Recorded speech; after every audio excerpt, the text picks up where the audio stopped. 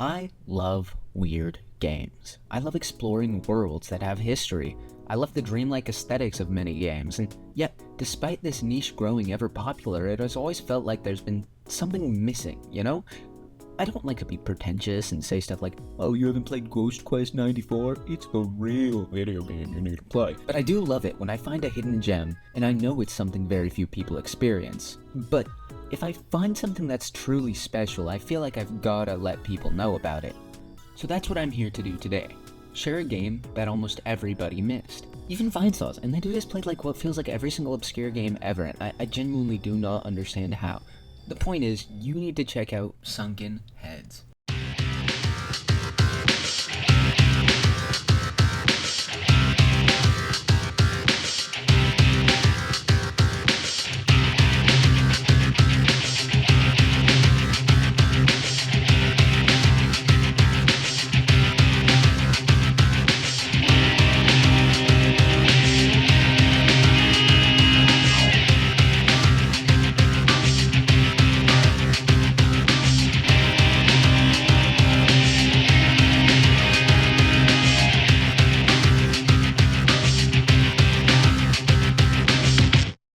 Surreal 90s themed first-person adventure game with puzzles and light platforming, nightmarish hells, and hilarious dialogue, while being completely free, by the way.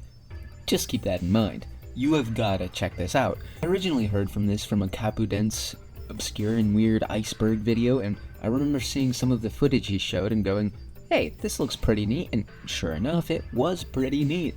More so than just pretty neat. I'd argue it was pretty spectacular.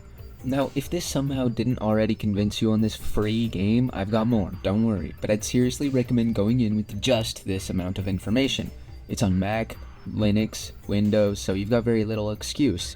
And if you're a fan of LSD Dream Emulator, Yume, Myst, ENA, MyHouse.wad, Liminal Spaces, or Backrooms-esque stuff, basically anything that's nostalgic, familiar, and cold and uneasy, you'll probably like this, so go into it. But I will note, there are a few flashing lights as well as some pretty spooky moments, but nothing is ever crazy intense for the most part, so you should be mostly fine.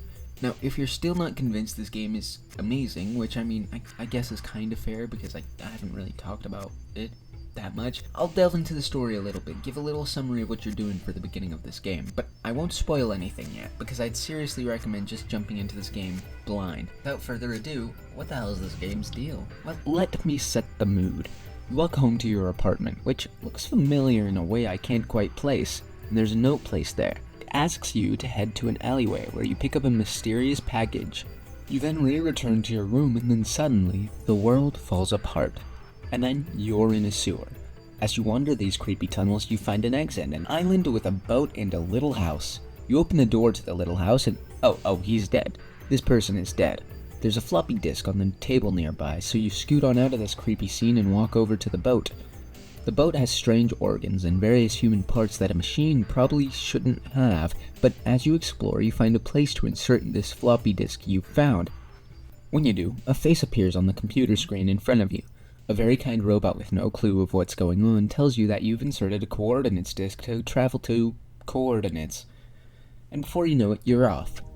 This begins the general gameplay loop for Sunken Heads, traveling to different islands to solve various problems to get more coordinates disks to travel further in this wacky world as it unravels itself.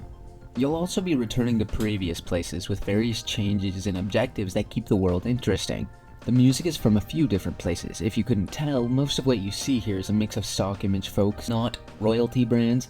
This game isn't really concerned with copyright, but generally has a very strong atmospheric energy. This world greatly expands with characters and different groups of people, mysteries and links between various scenarios. It's fascinating. To give you some tips before you set out, find the shoe jester. Don't forget to interact with everything. Oh, and don't make the mistake I did, and remember you have a contact book to write down phone numbers. You do not need a pen and paper. Actually, you might for other things, but specifically for those 4-digit codes you'll see, but besides that, just trust me. So then, I can't wait to see what you guys talk about after you play this, please and thank you. I'd love to hear more about this game, and I'll be back when I can find that 6th ending I missed, so for now, go play the game. Pretty please.